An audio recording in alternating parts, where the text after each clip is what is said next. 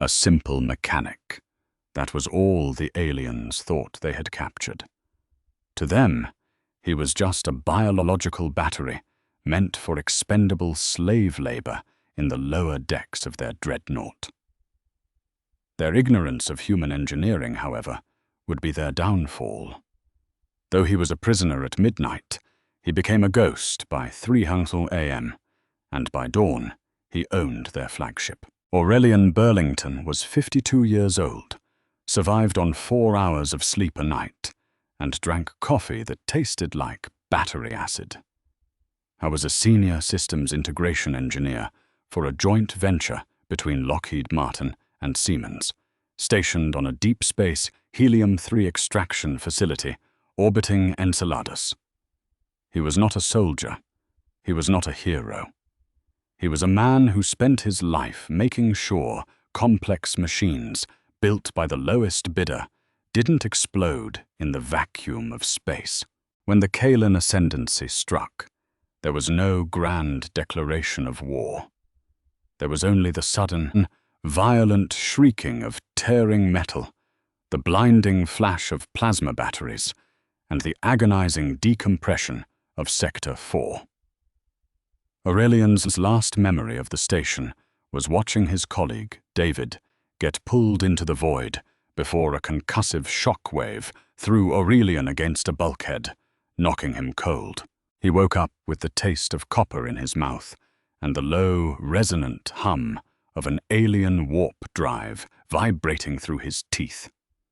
He was sitting on a cold, metallic floor in a containment cell enclosed by a shimmering, hard light energy shield. As his vision cleared, he took stock of his surroundings. The architecture was terrifyingly elegant. Seamless walls of dark, iridescent alloy, devoid of bolts, welds, or any visible structural joints. It was grown, not built. Standing on the other side of the energy shield was his captor. The alien was 7 feet tall, clad in biometric armor that pulsed with a faint violet luminescence. Its face was a terrifying mix of chitin and sunken, pitch-black eyes. The Kalen ascendancy. Humanity had only heard rumors of them from deep space probes, a zealous, expansionist empire that assimilated or annihilated everything in its path. The energy field suddenly dropped. 2 smaller Kalen guards stepped in, hauling Aurelian to his feet with bone-bruising force. They dragged him through the winding, sterile corridors of the dreadnought. Aurelian's eyes darted everywhere, his engineering mind involuntarily cataloging details. There were no access panels, no maintenance hatches, no physical terminals.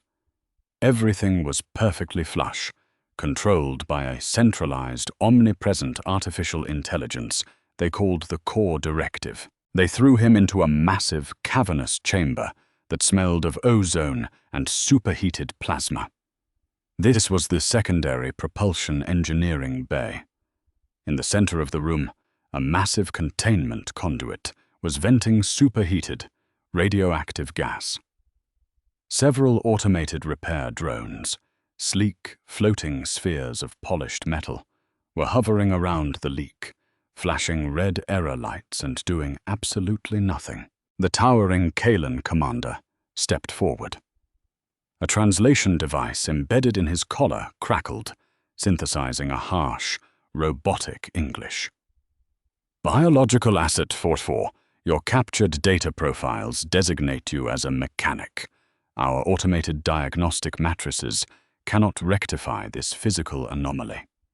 The Core Directive mandates an immediate repair, yet the drones report 0 logical failures. Rectify this, or you will be vented into the vacuum.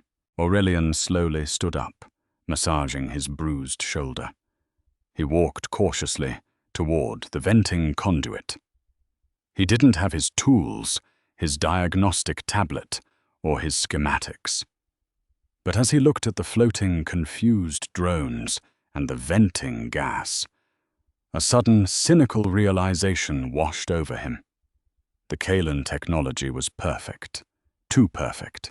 He walked closer to the conduit, shielding his face from the intense heat. He looked at the sensor array embedded in the metal. The Kalen AI was reading the telemetry from the conduit. The sensors were reporting that the pressure was normal, the magnetic seals were intact, and the temperature was optimal. Because the AI believed the sensors were infallible, it refused to command the drones to fix the leak, classifying the physical venting as a non-existent paradox. It was a classic sensor mismatch. Aurelian had seen the exact same catastrophic logic flaw decades ago in the legacy systems of the Boeing 737 MAX, where a single faulty angle of attack sensor forced the plane's software to override reality. "Your AI is blind," Aurelian croaked, his voice raw. "The thermal sensor node is coated in a micro-layer of carbon slag. It's insulated. It's reading room temperature while the pipe is melting." The Kalen commander stared at him. "The core directive is infallible. The sensors do not fail. The drones are simply awaiting the correct algorithmic authorization." "It's a piece of hardware, buddy," Aurelian muttered, shaking his head. "Hardware lies all the time." Aurelian looked around, spotting a heavy, detached piece of fractured alloy from the battle damage on the floor. He picked up the jagged metal bar. "Halt!" the Kalen guard barked, raising a plasma rifle. Aurelian ignored him. He stepped up to the massive, multi-million credit alien propulsion conduit, raised the heavy metal bar, and smashed it directly into the sensor node housing. Crack! The crystalline sensor shattered. Instantly, the local network recognized a critical hardware absence. The AI's logic loop was broken. Without the faulty positive telemetry, the system defaulted to a fail-safe emergency state. Magnetic blast doors slammed shut over the leak, sealing the conduit perfectly.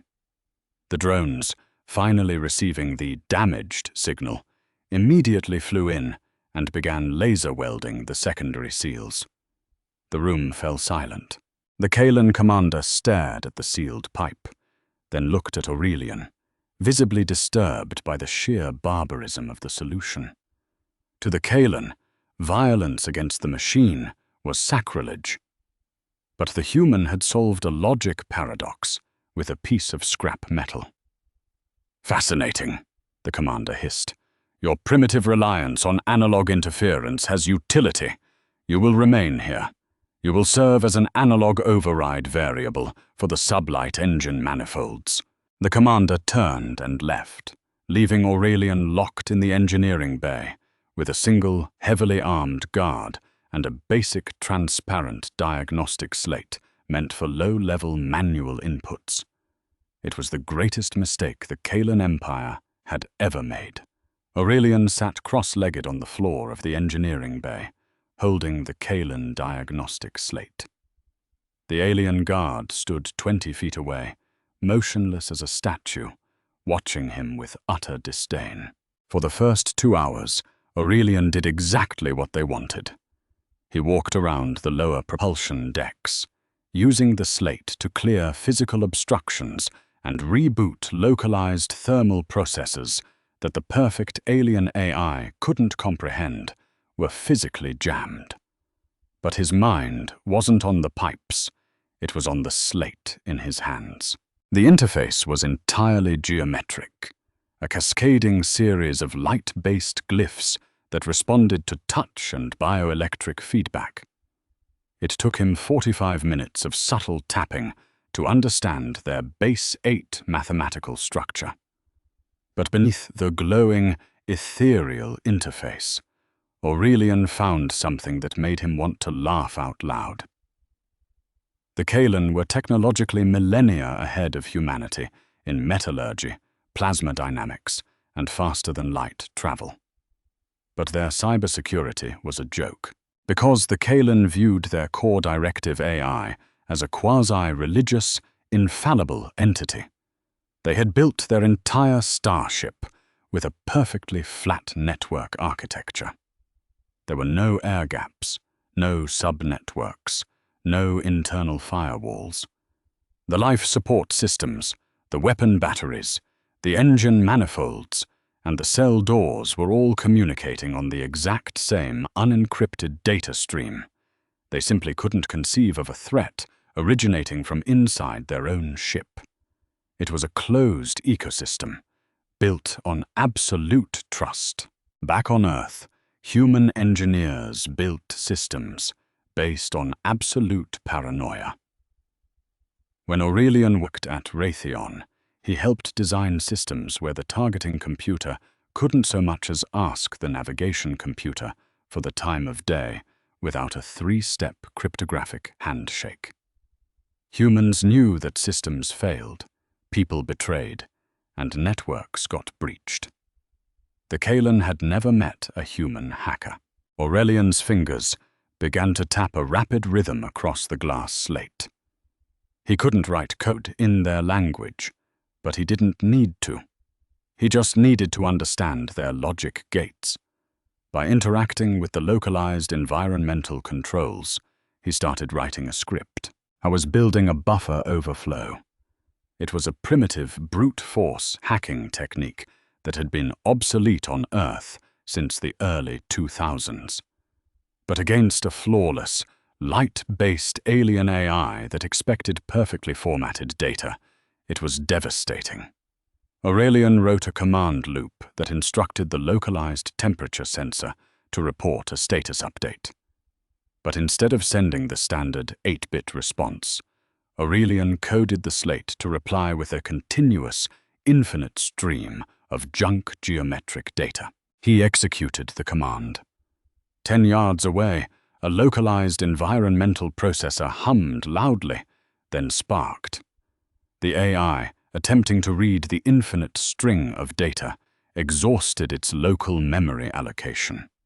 In its panic, the local subroutine crashed, defaulting to its base operational mode. It opened a backdoor diagnostic command line on Aurelian's slate. A new set of glyphs appeared on his screen. Route access to the lower decks. Aurelian's heart hammered against his ribs. He stole a glance at the guard. The tall alien was looking at the sparking environmental processor, confused. "Human," the guard barked. "What is the cause of that electrical discharge?" Aurelian stood up, wiping grease on his jumpsuit, playing the part of the dumb, tired mechanic. "Just a thermal recalibration, boss. The AI is flushing the heat sinks. Should stabilize in a minute." The guard grunted, trusting the machine over his own eyes, and turned back around. Aurelian sat back down and went to work. His hands flew across the tablet. He was no longer a prisoner. He was a surgeon, and the dreadnought was laid open on the operating table. First, he needed to make sure he wasn't detected. He wrote a subroutine that cloned the normal telemetry of the engine bay and fed it directly to the core directive on the bridge. To the Kalan commander, sitting in the command throne 10 decks above, everything in the lower engineering bay looked perfectly normal. With his stealth field in place, Aurelian began mapping the ship's nervous system. He found the internal security door protocols. Bypass. He found the atmospheric scrubbers. Override. He found the localized gravity generators. Unrestricted access. Every line of logic he unraveled felt like peeling back the layers of a complex, arrogant puzzle. The Kalan thought they were gods of the cosmos, but their ship was just a machine. And Aurelian had spent 30 years bending machines to his will. By 2 a.m. ship time, Aurelian had completely isolated the lower 4 decks from the core directive. He owned the engineering bay, the lower armory, and the prisoner containment block. But he knew it wasn't enough to just escape his cell. The Kalan Flagship, Oblivion's Wake, was en route to an Earth colony. If he just ran, they would hunt him down and continue their slaughter. He had to stop the ship. He had to cripple a vessel the size of Manhattan, using nothing but a glass slate and human spite. Aurelian pulled up the schematic for the primary antimatter containment field.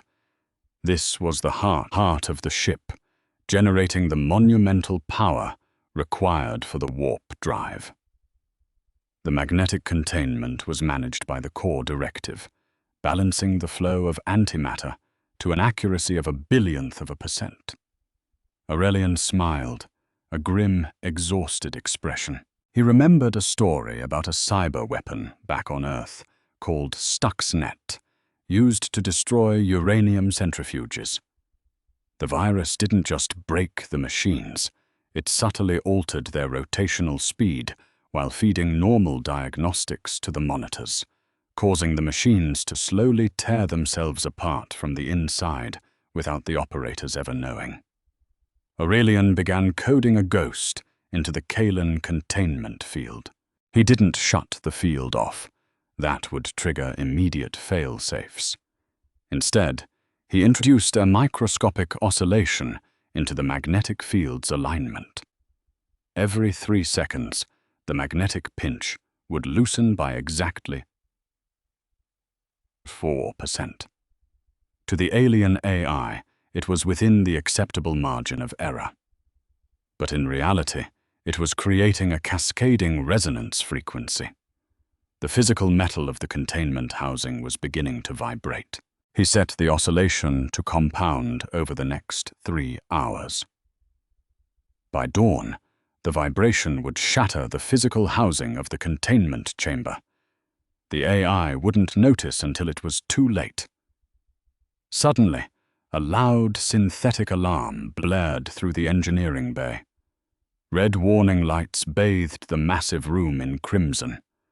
Aurelian's blood ran cold. He had been caught. The Kalen guard raised his plasma rifle, leveling it directly at Aurelian's chest. The translation collar around the guard's neck spat out a frantic, aggressive command. Asset 44, step away from the diagnostic interface. The core directive has detected an unauthorized subroutine in the life support matrix. Aurelian froze. His mind raced. He hadn't touched the life support matrix in over an hour. Why was the alarm going off now? He looked at his slate. A notification was flashing in the alien geometry. It wasn't his antimatter that had triggered the alarm. It was an automated sweep from the bridge. The Kalen commander had authorized a random biometric purge of the lower decks to clear out biological contaminants. They were venting the atmosphere in the prisoner blocks. They were going to suffocate the other captive humans. Aurelian looked down the barrel of the alien plasma rifle. He had to make a choice. Stay hidden. Let his virus destroy the ship in 3 hours, and let the other prisoners die. Or play his hand now, save the prisoners, and face the wrath of the entire Kalen dreadnought. Aurelian Burlington took a deep breath, his finger hovering over the execute command on his slate. He looked the towering alien guard dead in the eyes. "Hey," Aurelian said, his voice eerily calm. "Do you know what happens when you reverse the polarity on a localized gravity generator?" The guard blinked, confused. "Silence. Biological." Aurelian tapped the glass. He had. In a fraction of a second, the gravity plating beneath the alien guard reversed its pull, generating a localized 10G upward force. The 7-foot-tall Kalen was violently launched off the deck, smashing into the 20-foot-high ceiling with a sickening crunch of shattered chitin and armor. The gravity instantly normalized, and the alien's broken body plummeted back to the floor in a lifeless heap. Aurelian stood up, stepping over the body, and picked up the heavy alien plasma rifle. He slung it over his shoulder, grabbed his diagnostic slate, and looked up at the main security camera mounted in the corner of the room. He didn't just have to break their ship anymore. He had to take it over. Aurelian stared directly into the glowing red lens of the security camera. He didn't raise the heavy plasma rifle to blast it. Destroying a camera was what a frightened grunt would do, and it would immediately trigger a blind spot alert on the bridge. Instead, Aurelian tapped a string of commands into his stolen diagnostic slate. He accessed the optical feeds network node, isolated the video buffer, and looped the last 12 minutes of footage. To the Kalen security officers monitoring the decks, the engineering bay looked perfectly peaceful, with the tall guard still standing watch over a compliant, defeated mechanic. He had roughly 4 minutes before the atmospheric scrubbers in the containment block finished siphoning the oxygen from the human prisoners. Aurelian sprinted out of the engineering bay, the heavy rifle knocking against his hip. The corridors of the Oblivion's wake were a labyrinth of smooth, iridescent metal, illuminated by harsh violet strips. He kept his eyes locked on his slate, using it as a localized radar. The flat network architecture of the alien vessel was a glaring vulnerability, but the sheer volume of data the core directive processed was staggering. To stop the venting, he needed to halt a command that had been directly issued by the Dreadnought's central AI. In human computer science, interrupting a root-level system process was incredibly difficult without crashing the entire mainframe. But Aurelian remembered a historical precedent. Back in 1969, a software engineer named Margaret Hamilton had designed the asynchronous executive program for the Apollo 11 lunar lander. When the lander's computer became overloaded with radar data during descent, Hamilton's brilliant architecture forced the computer to drop low-priority tasks and focus solely on the most critical mission functions, like steering. Aurelian couldn't delete the Kalen venting command, but he could change its priority. Run down the empty corridor, his fingers danced across the glass interface. He wrote a looping script that flooded the local environmental subnode with millions of high-priority, fabricated maintenance requests. Adjust humidity in Sector 4 by 0.01%.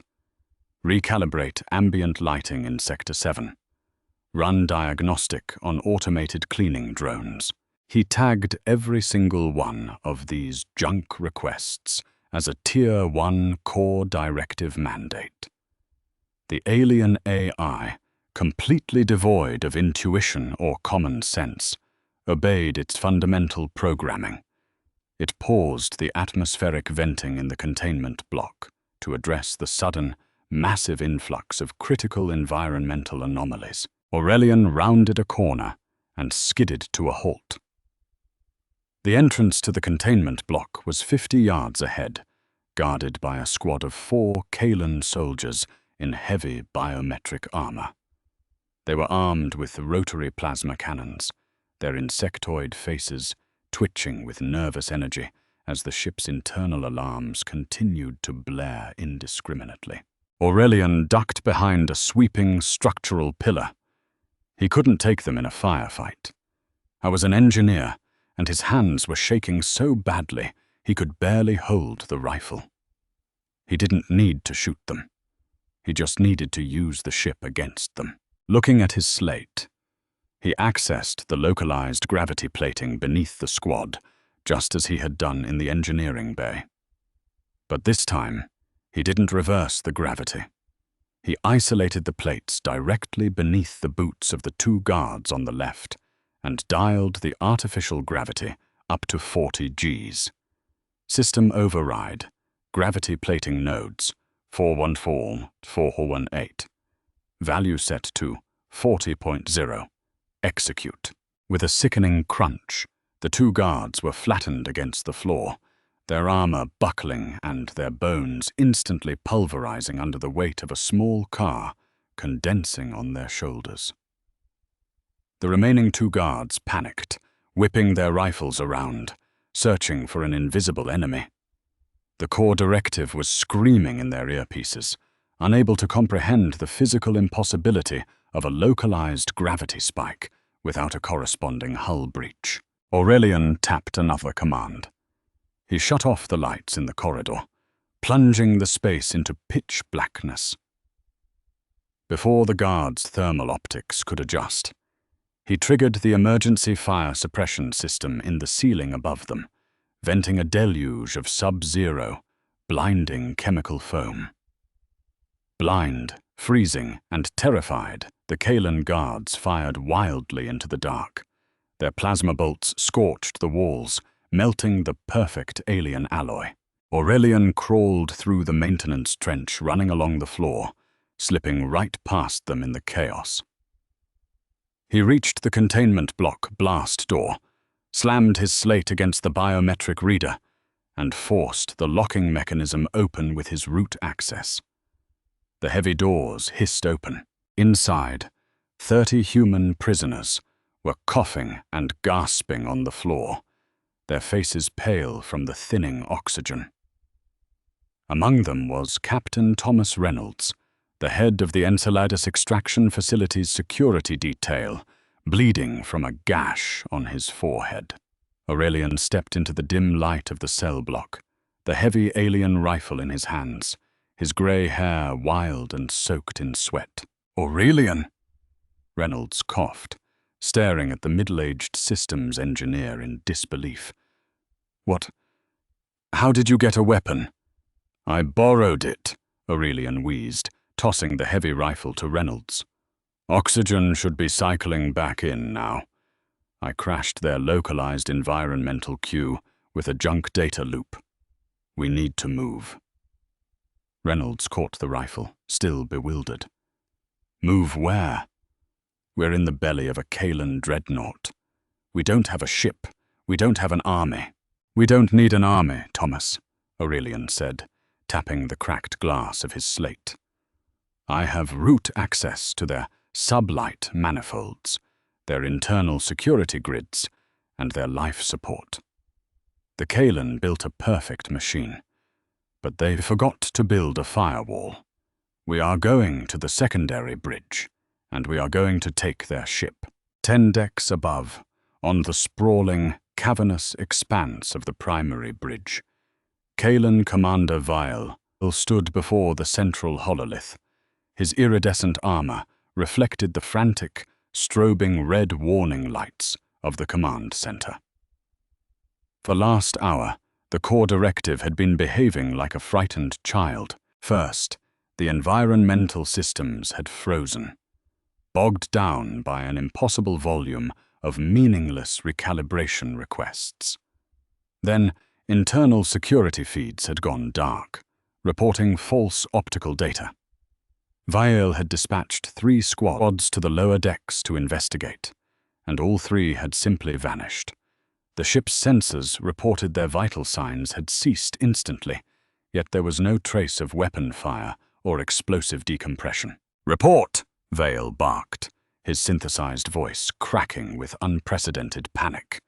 The Kalan navigation officer, his hands flying across a light-based console, looked up with wide, terrified black eyes. "Commander, the core directive is unable to pass the data from Sector 4. The internal gravity generators are fluctuating wildly. Blast doors are sealing and unsealing in a random pattern. We are locked out of the lower armory." "A cyber assault?" Vial demanded. "Impossible. We are in deep space. There are no human fleet signals within 1,000 light-years. The core directive cannot be breached." "It is not an external breach, Commander," the communications officer hissed. "The anomalies are originating from an engineering diagnostic slate.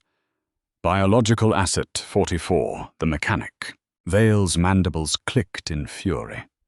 The mechanic.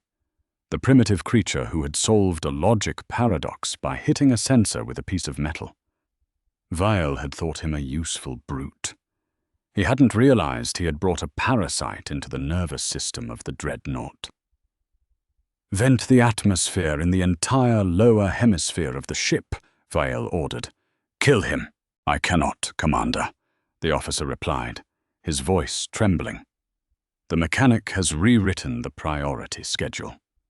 The core directive believes venting the atmosphere is a Tier 4 request, superseded by a Tier 1 request too." The officer squinted at the console.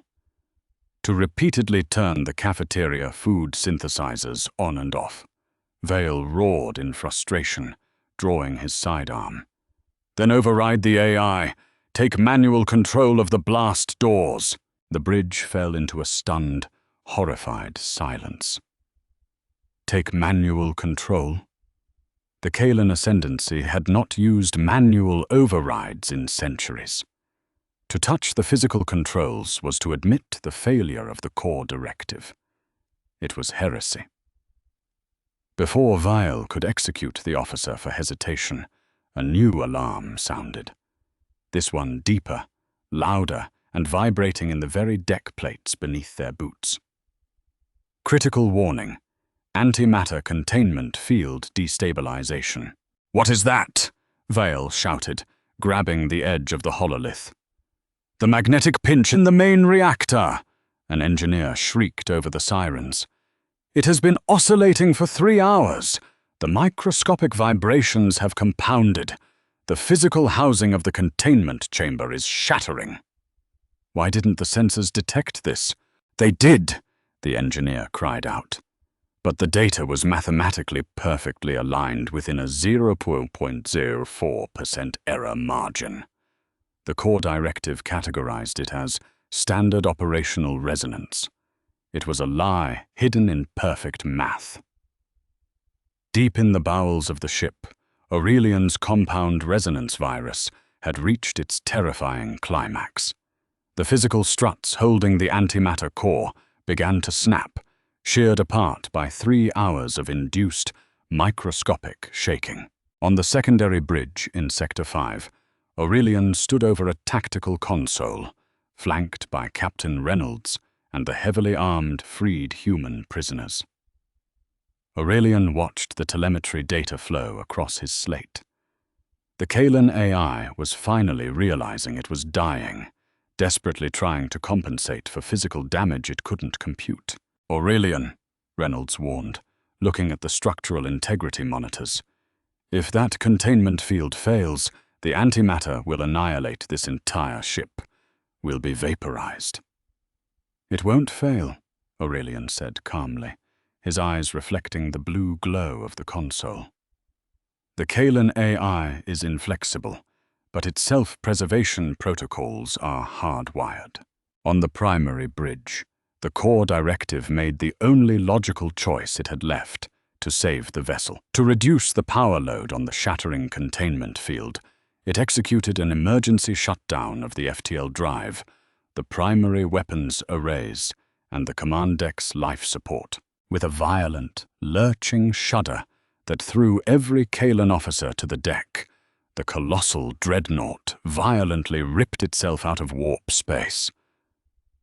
The stars outside the viewport stopped stretching and snapped back into fixed points of cold light. The ship went completely dark. The humming vibrato of the engines died. The antimatter containment field instantly stabilized in a low-power, safe mode. But on the primary bridge, the life support had been cut. The blast doors sealed shut, locking Commander Vail and his bridge crew inside their own command center as the oxygen scrubbers halted. In the secondary bridge, the lights hummed back on. The life support systems purred smoothly. Aurelian lowered his diagnostic slate and let out a long, exhausted sigh.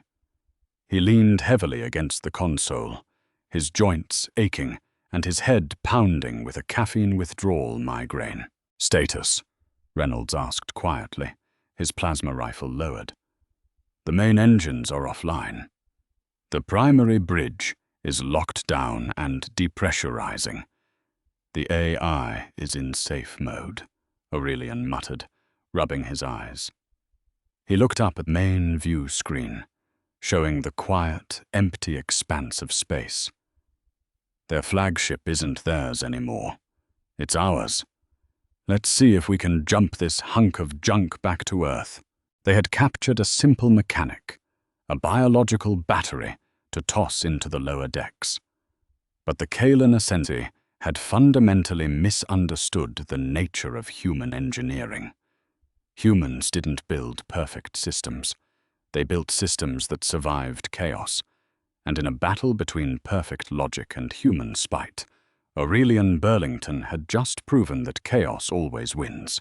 If you loved this deep space HFY tale of human ingenuity, raw survival, and alien arrogance, getting absolutely dismantled by a tired mechanic, be sure to hit that like button.